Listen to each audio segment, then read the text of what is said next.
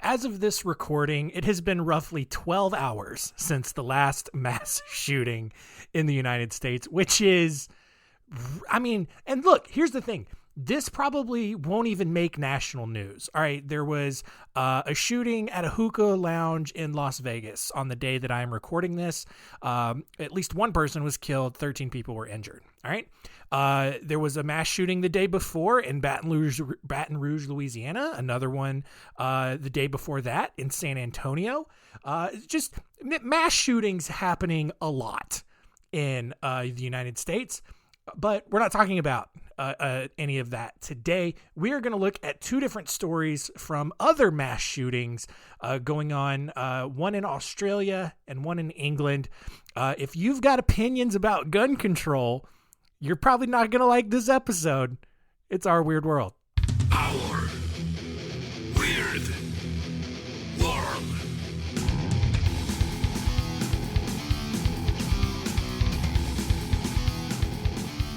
Welcome to Our Weird World. I'm your host, John Henson, and today looking at the stories of Martin Bryant and Michael Ryan. Two different stories, one in Australia, one in England, both about some mass shootings, some massacres that took place. And, look, here's the thing. I'm going to talk about gun control.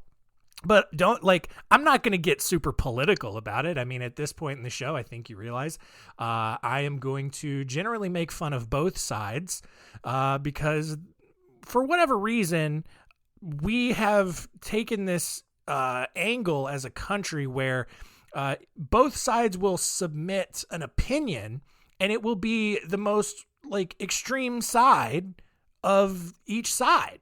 There's not, and it's a false dilemma fallacy, if there ever was one, where you're presenting two solutions to an issue as if it was black and white and not really understanding that the actual solution is probably somewhere in the middle. And that's kind of where I am. I kind of sit in the middle. I watch both sides make idiots of themselves. But one of these stories in particular actually led to a lot of gun control, gun reform. And look, spoiler alert, it was in Australia. Australia has not had a huge history of gun violence since this event took place. And we're going to look at it and you'll see why. The other event also just a crazy story. And then I will kind of share my thoughts on gun control because I know that's what you guys want. All right, let's get into story time.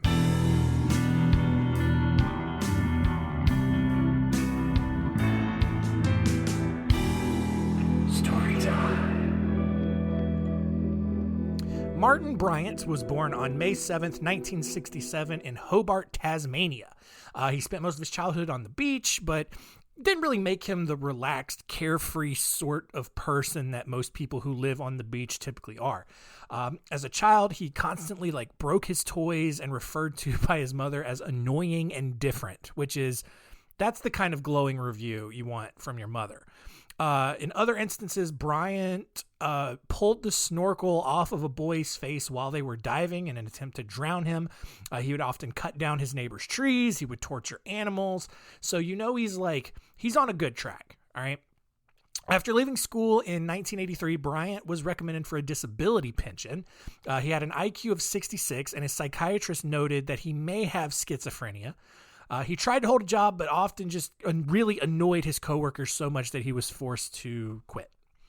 In 1987, Bryant met 54-year-old Helen Mary Elizabeth Harvey, who was an heiress to the Tattersall lottery fortune, which I don't know anything about the Tattersall lottery, but apparently it's a thing in Australia. Harvey, who was living with her mother in a neglected mansion, took a liking to Bryant for some reason. She allowed him to make regular visits to help feed her 14 dogs and 40 cats, just in case you needed some confirmation that Harvey was a crazy person as well. 3 years later, someone finally reported Harvey and her mother for their squalid living conditions, and when authorities came, they found that both Harvey and her mother were in need of some serious medical care and took them out of the house. Unfortunately, Harvey's mother ended up dying a few weeks later. Well, the community, upon hearing this, came together, including Martin Bryant's father, to clean everything in the mansion up and try to kind of restore it as best they could. Harvey then moved back into the mansion and invited Bryant to live with her as a place to kind of, as a way to kind of replace her mother's presence, because she's also weird.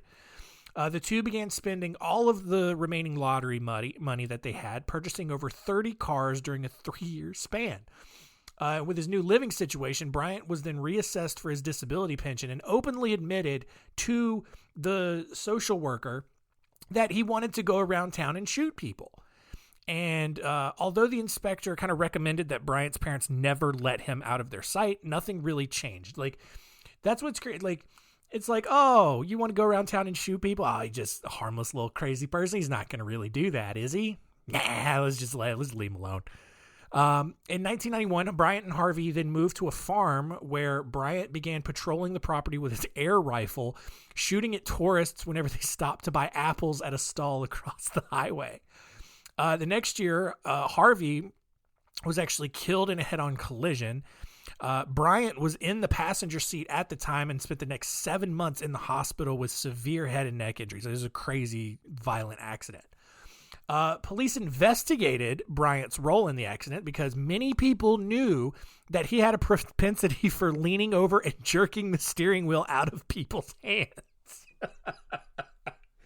I have to laugh about it because the story is just progressively going to get so much worse. He was ultimately cleared of any wrongdoing and, as the sole beneficiary of Harvey's estate, received over $550,000 in assets. Bryant's mother knew this was going to be a problem and quickly applied for and received a guardianship order, which then placed all of those assets under the management of a trustee so Bryant couldn't just blow through them all. Additionally, his father, Maurice, began taking care of the farm where Bryant now lived alone. Bryant's father also started taking antidepressants and then transferred his bank account to his wife. And then 2 months later, a visitor to the farm found a note nailed to the front door saying, "Call the police." And 2 days later, Bryant's father was found beneath a dam near the farmhouse with one of Bryant's weighted diving belts around his neck. Obviously, police ruled it a suicide, and Bryant then inherited his father's superannuation fund, whatever that is, probably some Australian thing, but that was valued at $250,000. So following his father's death, Bryant then sold the farm and moved back into that original mansion that he initially lived in with Harvey. He began dressing really weird, often going out in like linen suits with lizard skin shoes and a Panama hat. However, all of this money that Bryant had couldn't fix the loneliness that he now felt with Harvey and his father gone. He began drinking heavily, going so far as to drinking half of a bottle of Sambuca, a full bottle of Bailey's Irish Cream, and a port wine every single day. That's a lot. By 1996, Bryant was becoming suicidal and really tired of just how other people were treating him, which was like a crazy person, because he was. People laughed at his outfits wherever he went, as they should. He even tried to visit several countries just to get away, but he found that people in foreign countries treated him just as poorly as they did in Tasmania, as they should. Any weirdo walking around in a linen suit with lizard skin boots and a Panama hat, you're weird. You're weird. On April 28th, 1996, this is where the story really starts to go downhill. Bryant got up and visited Seascape, which was this bed and breakfast owned by David and Sally Martin. The Martins had swooped in and purchased the property, even though Bryant's father had made it clear that he intended to buy it. And after the purchase, Bryant's father often talked about how the Martins had screwed him over in this, and believing that they had caused the depression that led to his father's suicide, Bryant showed up to this bed and breakfast and shot both David and Sally Martin. Then, after leaving Seascape, Bryant then traveled down to Port Arthur and walked into the Broad Arrow Cafe just to grab some breakfast, I guess. And when he was done eating, Bryant opened the large blue duffel bag he had brought with him and set up a video camera on the table next to him. He then reached into the bag, pulled out a semi-automatic rifle, and began shooting everyone inside the restaurant. In less than 15 seconds, just 15 seconds, 12 people were dead and 10 others were wounded. Bryant then walked over to the other side of the restaurant and killed 8 more people. When he was done there, he ran out, hopped into his yellow Volvo 244 and sped away, shooting and killing 4 more people as he drove off the property. A short distance down the road, Bryant saw a mother and her 2 children walking down on the side of the road and shot all of them. After stealing a different car, killing 5 more people, and taking a hostage, Bryant then drove back to Seascape, where he and his hostage locked themselves inside with Sally and David Martin's corpses. Police arrived a few minutes later, started trying to negotiate, and Bryant demanded to be transported by Army helicopter to an airport, I guess to maybe get away. This really was not a well thought out plan. When that request was denied, Bryant just straight up killed the hostage. The next morning, Bryant then set Seascape on fire and tried to escape through the smoke, but he really wasn't able to. He suffered burns on his back and was easily captured and taken to the hospital. In all, 35 people dead, another 23 wounded by this mass shooting. After a 2-week trial, Bryant was given 35 life sentences plus 1,652 years in prison just to make sure, I guess, he'd never escape in case some sort of like medical breakthrough allowed us to become immortal. Like I've talked about this before. I don't understand these crazy prison sentences where it's just like, give him a life sentence. That's all you got to do. You don't have to go 35 life sentences to be run consecutively. So 35 lifetimes, I don't know how that works unless he's going to be like reincarnated and we find this person and then throw them back into prison again for life. Like that doesn't work like that. And then you're going to throw 1,600 more years on top of it. I don't know. Overkill. Bryant tried committing suicide twice, but failed. Of course he did. And in response to this overall massacre, like I mentioned, the Australian government placed heavy restrictions on all firearms and held 2 different voluntary buybacks in which an estimated 1/3 of the country's stock of weapons was returned. And as far as I know, no other like huge mass shooting has taken place in Australia since then. So something's working. Our next story here is of Michael Ryan, who was born in Hungerford, England on May 18th, 1960, to a 55-year-old man and the lunch lady at the local elementary school. When his father died in 1985, Ryan continued living at home with his mother, with several people in the neighborhood commenting on how uncommonly close the two became. It was kind of a weird relationship. When he wasn't spending time with his mother, Ryan was off shooting guns. He had become really obsessed with guns. He carried licenses for 7 different weapons. Seems a little bit much. In August 19th, 1987, for reasons that no one has really ever been able to explain, Ryan went out to Savernake Forest and posted up in the woods as if he was hunting, which is not apparently what people do not do in Savernake Forest. But rather than hunting for deer, whatever you hunt for in England, I don't even know if there are deer in England. I'm very ignorant when it comes to European wildlife and how it differs from American wildlife. But he ran out of the woods and pointed his gun at Susan Godfrey and her 2 kids. And after forcing her to put her kids in her car, he then marched Godfrey back into the woods and shot her 13 times in the back. And while police were responding to this murder, Ryan drove back toward Hungerford, stopped at a gas station to refuel, and then just shot the cashier. Unfortunately, he missed, and then walked back inside and tried to shoot her at point-blank range, but somehow missed again and hit the release on his gun, which dropped the magazine to the floor. So Ryan panicked at this point, and he left the gas station and drove home, where he began loading his car with the rest of the guns and the ammo that he had. He tried to leave to do more shooting, but the car failed to start, which, good timing there. In response, Ryan fired 4 shots into the side of the car before going back inside and shooting the family dog. I don't know why, it seems unnecessary. He then saturated the house with gasoline and set it on fire. And while the house burned, he then grabbed 3 guns from the trunk of his car and shot his neighbors, Roland and Sheila Mason. Without a car, but still needing to complete whatever mission he had just created for himself, Ryan started walking toward the town center, Hungerford Town Center, and shooting 2 more people along the way. When he came up to a family walking their dog, Ryan shot the man in the chest while the rest of the family ran off, but he just picked each one of them off as they ran away.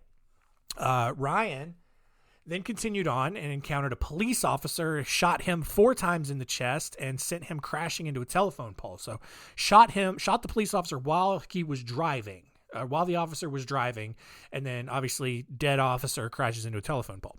So he's got his accuracy back now.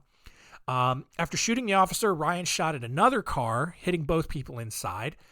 He hit 2 more people in a different car, which sent it crashing into the police car that had hit the telephone pole. So he's causing all kinds of calamity. Ryan then walked down a residential side street and shot a man mowing his lawn. And then after shooting another man, Ryan opened fire on an ambulance that was responding to one of the other people that he shot and actually ended up hitting the paramedic inside. Meanwhile, Ryan's mother arrived home to see her house burning and just dead bodies strewn across. That's got to be like your worst nightmare as a mother. Like, you know your kid's weird, and you probably like joke to your closest friend, just like, oh man, every day I wonder if I'm going to come home and there's just going to be dead bodies all over the yard. And then this woman comes home and just dead bodies everywhere. And she's like, Michael, oh, what have you done now? So she eventually sees Ryan armed, standing at the door, and Ryan just shoots her several times and kills her. So she's dead. She's bleeding out in the driveway. And as that's going on, Ryan's neighbor, Betty Tolliday, ran out of her house and started scolding Ryan for making so much noise. To me, that's hilarious. Like, this dude, like, he's caused like 3 or 4 car accidents on the street. He's shot like a dozen people at this point. And this woman comes out, "Hi, Michael, why are you making so much noise out here? Keep it down, I'm trying to sleep." Blam! And then he shoots her because of course he would. Where are we at? Although police were highly aware of what was going on at this point, they still had not been able to get to Ryan's neighborhood. They did, however, have time to scramble a helicopter to track his movements as he continued to run towards Hungerford's town center.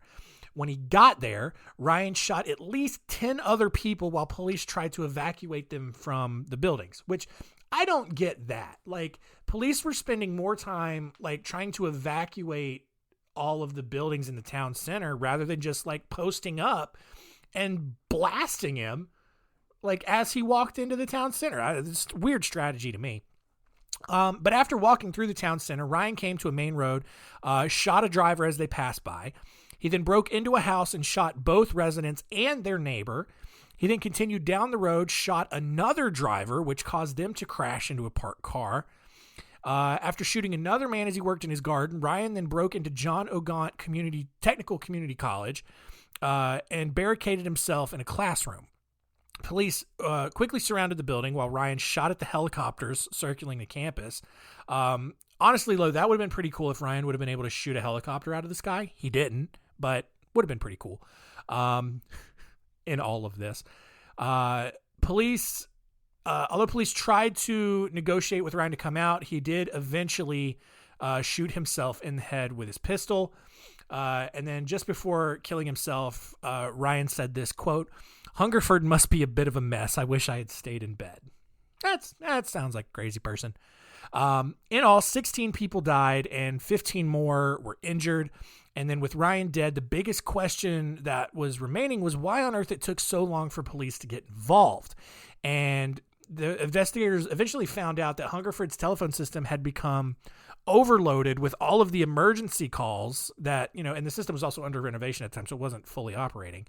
It also didn't help that most of the force was actually in the middle of a training session 40 miles away, and there were only a couple of officers on duty at that time to help, so that just made that entire situation worse. And that is the end of our stories.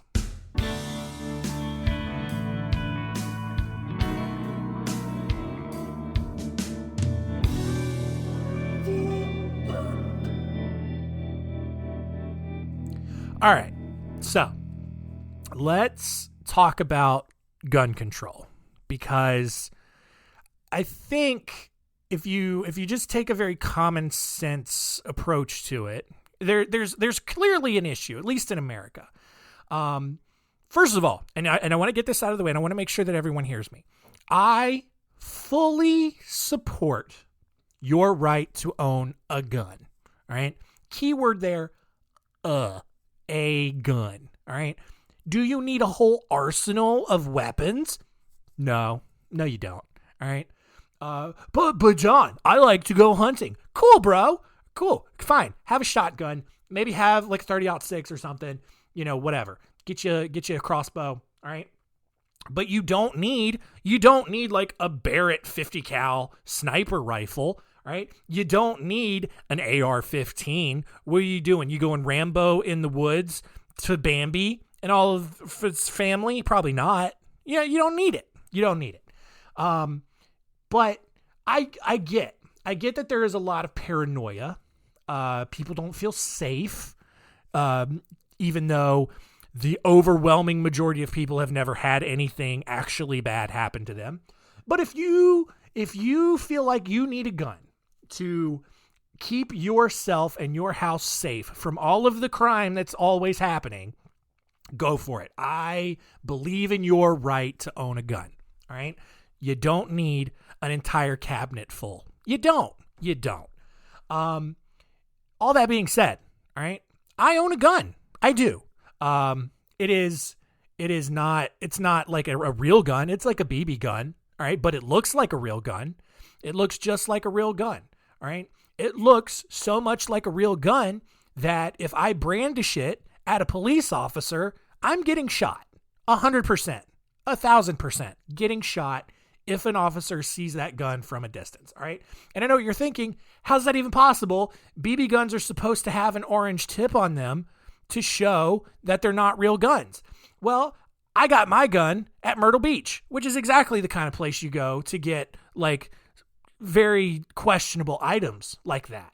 All right. But it's a BB gun and it's, CO2, air pistol or whatever. And it will get the job done. All right. Let's say, God forbid, that someone tries to break into my house. All right. Let's imagine it together. All right. Close your eyes. Unless you're driving, don't do that. But imagine someone breaks into my house. I'll even paint the scene for you. All right. I'm in a nice little cul-de-sac. My house on the left, very blue, kind of a turquoise blue, maybe a teal blue. I don't know the difference between teal and turquoise. I always get them confused. It's one of those two. All right. Nice 2-story A-frame.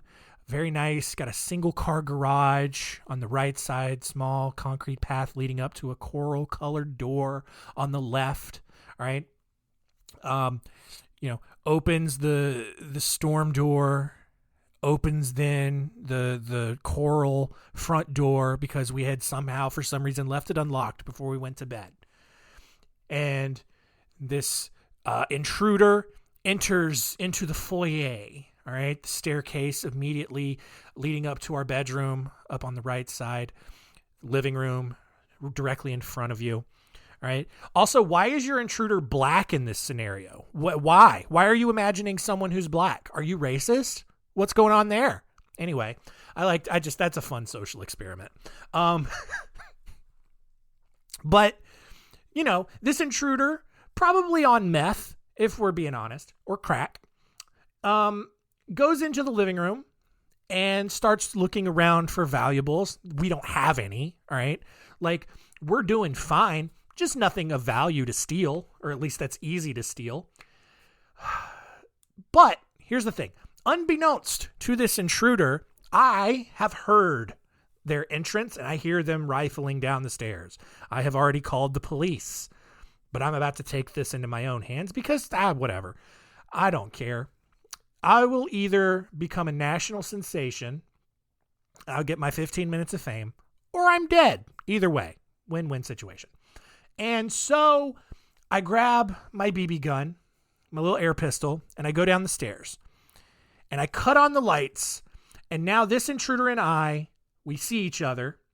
Intruder sees me holding a gun, has no idea in that moment that it's an air pistol. All right.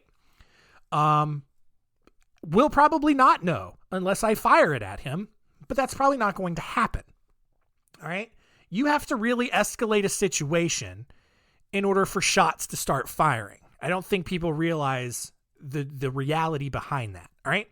Here's the other thing. All right? The majority of people do not know what it feels like to be shot. All right? And in that high pressure situation, your adrenaline is pumping. Even if I do shoot this guy, he's going to think, as the adrenaline is pumping, that he has truly been shot with a real gun. He's not going to know that it was an air pistol until I pistol whip him with it and then laugh in his face like, dummy. Anyway, all right? That's why I own a gun. Here's the other reason, all right? You are roughly, I think, like 2/3 more likely to use your gun. Here, let's talk about some statistics here. All right. Department of Justice did a study, yes, that showed that 2/3 of people who end up using a gun usually just end up using it on themselves. All right. And for every justified shooting, whether it's an intruder or whatever the case is, there are 100 suicides by gunshot. All right. So for every 100 shots that are fired, or fatal shots that are fired, 99 of them are suicides. So here's the thing about that. All right. Sometimes I get a little sad. All right. Sometimes I get a little case of the depressives. All right. I'm not saying I'm going to kill myself. I just don't want that temptation. All right. If it's there, well, you know, I'm kidding, of course. But that's another legitimate reason, though, as to why, no reason to own a gun. Why go down that path? Why even look down that path if I don't have to? All right. So other than that, all right, let's see what we learned today.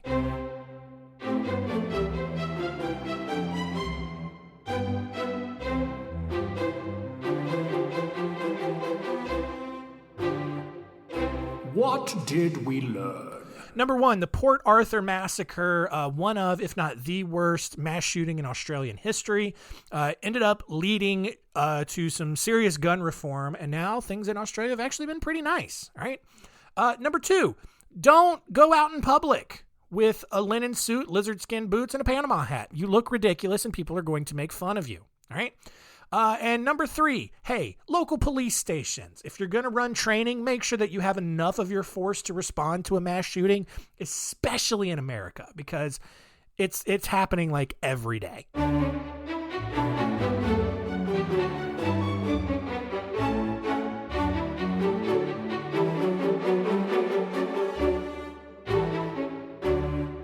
Next week on Our Weird World, if you're not super offended, I don't think I was very offensive in my gun control stance, right? Like, I said I support your right to own a gun.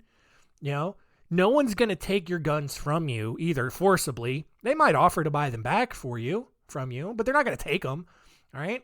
And even if they did, who cares, all right?